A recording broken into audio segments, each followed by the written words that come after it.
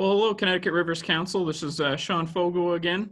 We're here part of the Spirit Week, and it's Wednesday, and our theme for all day has been Games with a Purpose, our Game with a Purpose. And here joining us today, I have a special guest.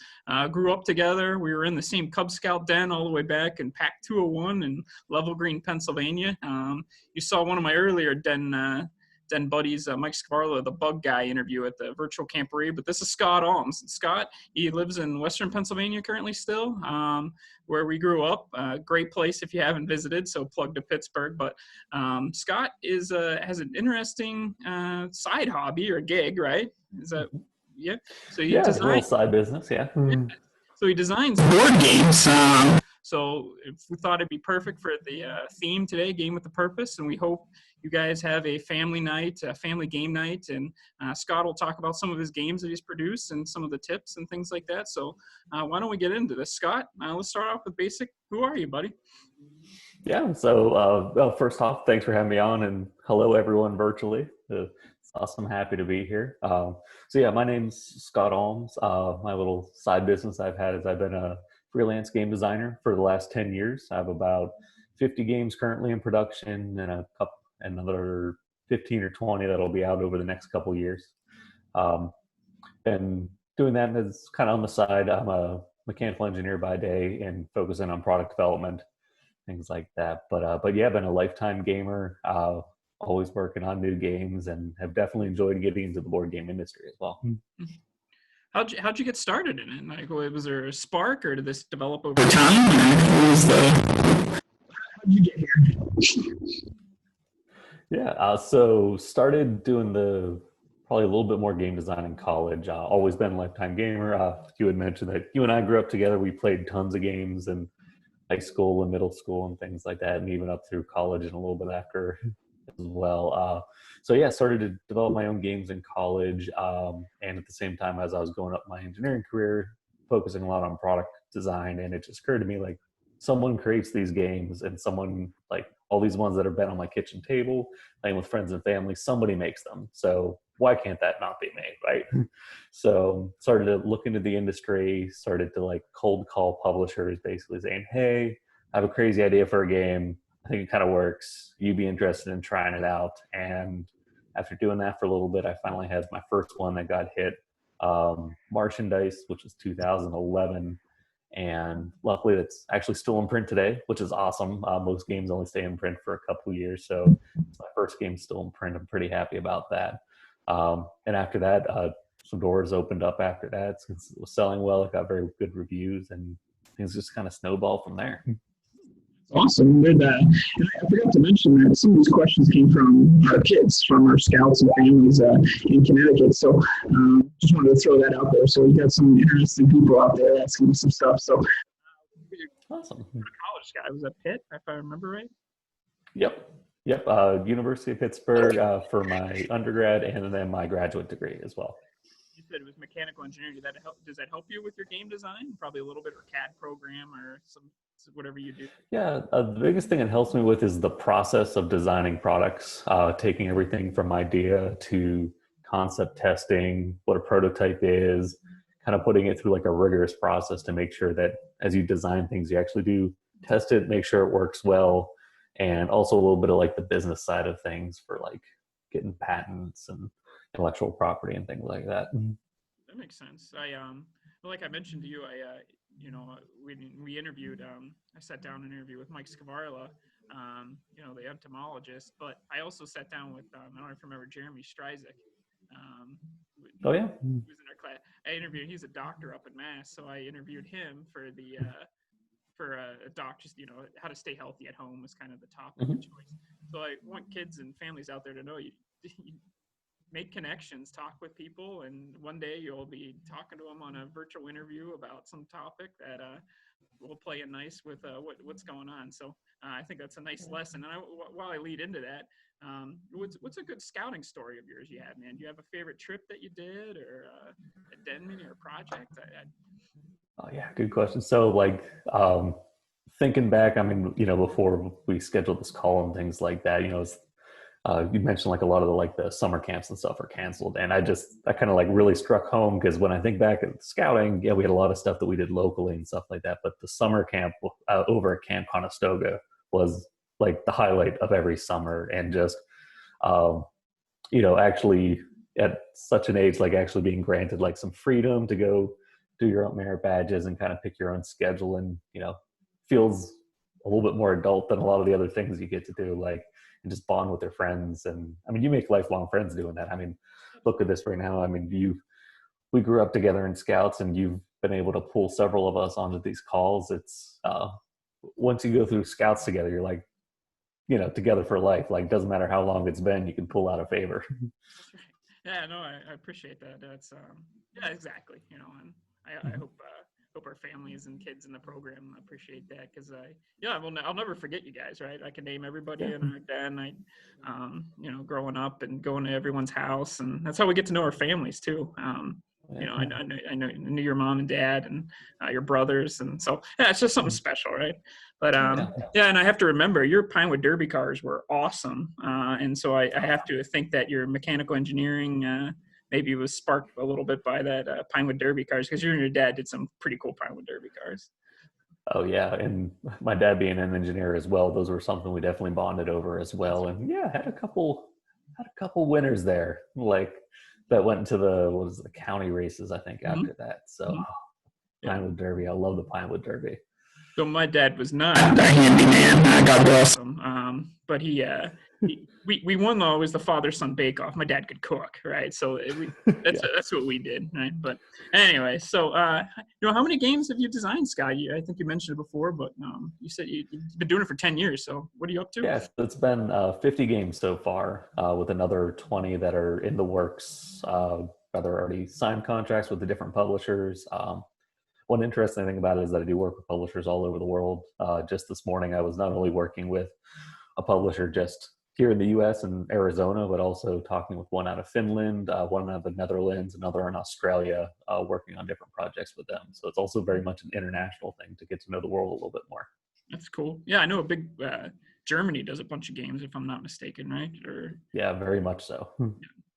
gotcha. I don't know why I remember that, but yeah, like the Ticket to Ride games and stuff like that. I think those are all German produced. Oh I yeah, remember Ticket I to got Ride, directions in German. Settlers of Catan. Okay, yeah, I got directions in German one time. I'm like, I can't read this, Oh yeah. but I was just curious.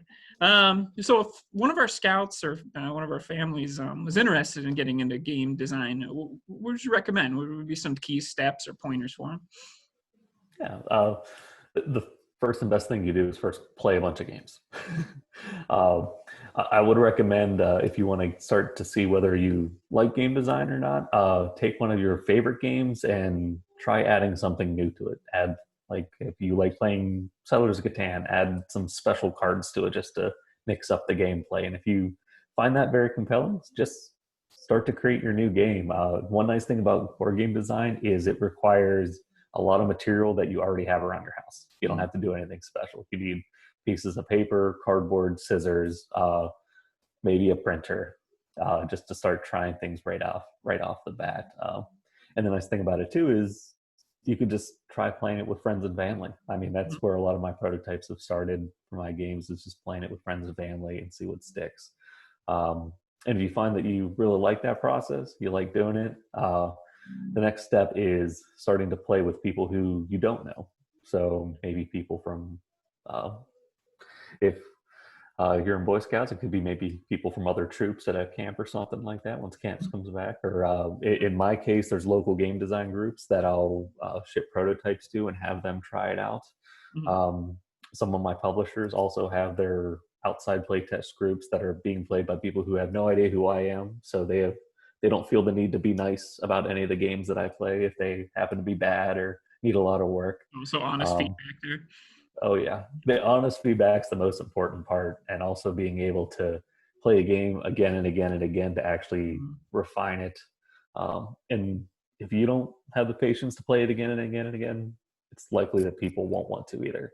So it's a little bit of the process, actually play testing it and refining it again and again. And um, if you get something like that, one nice thing about it is board game publishers are just very friendly people. A lot of them got into it because they love board games. They love that kind of connection with people.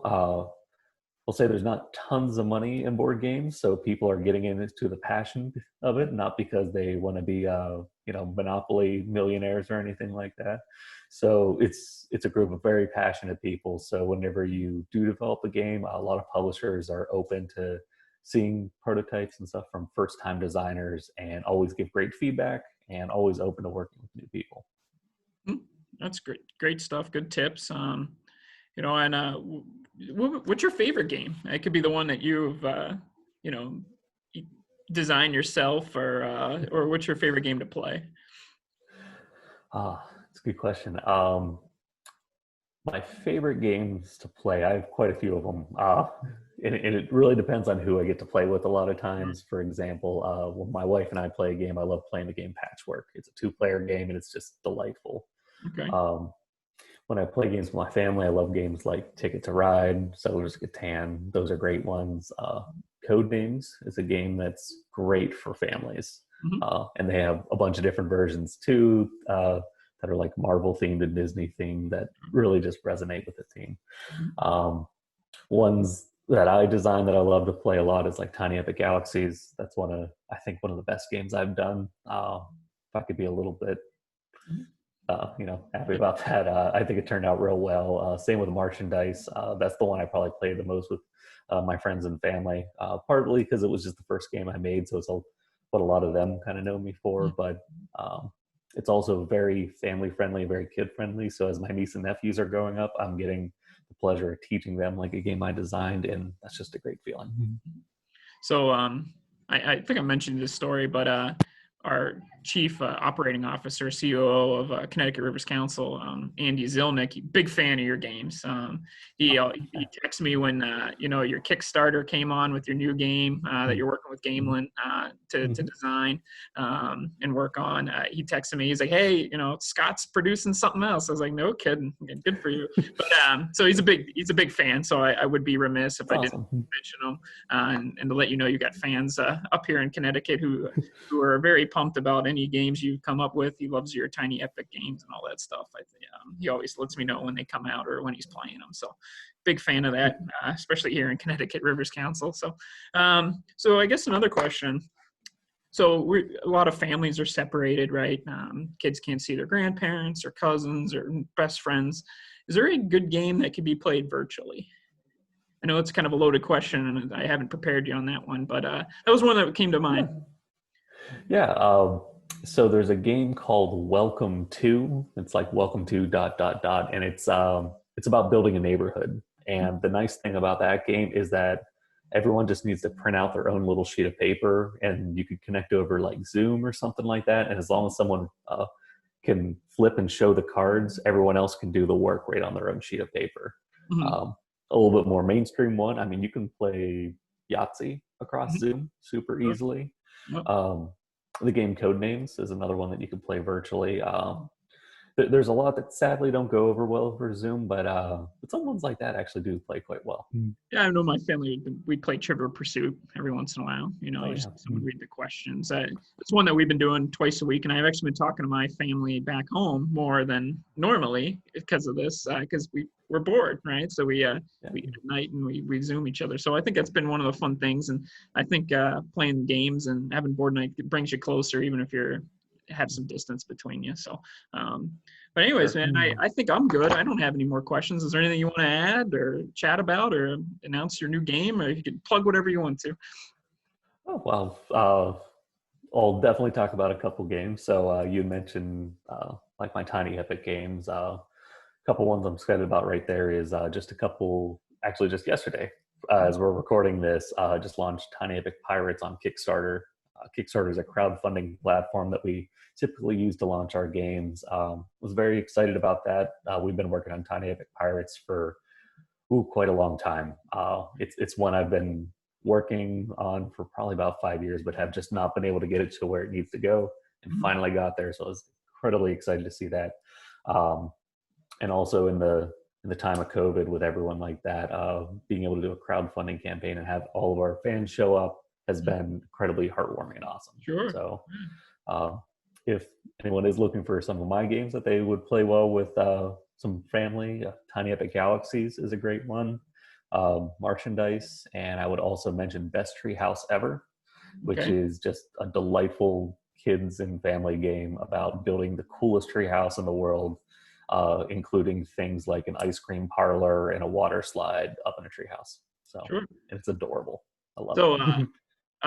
after we're done, can you email me links or an Amazon link to some of those? That way I can put them up. If Certainly.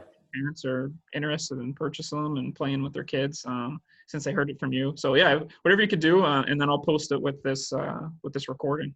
So maybe we Yeah, can happy to do that. appreciate it. All right, man. Well, I appreciate you chatting with me here. The kids, I think, got something out of this, and see, just give them some content and some topics that they can work at home. And if I get any good game designs back, I'll send them to you and let me know what you think. We might have that too. But anyways, I do appreciate it. We'll chat later. All right. Yeah, sounds On great. behalf of Thanks for having me on. on behalf of the Connecticut Rivers Council, thanks, and to those kids out there, we appreciate it. Yeah.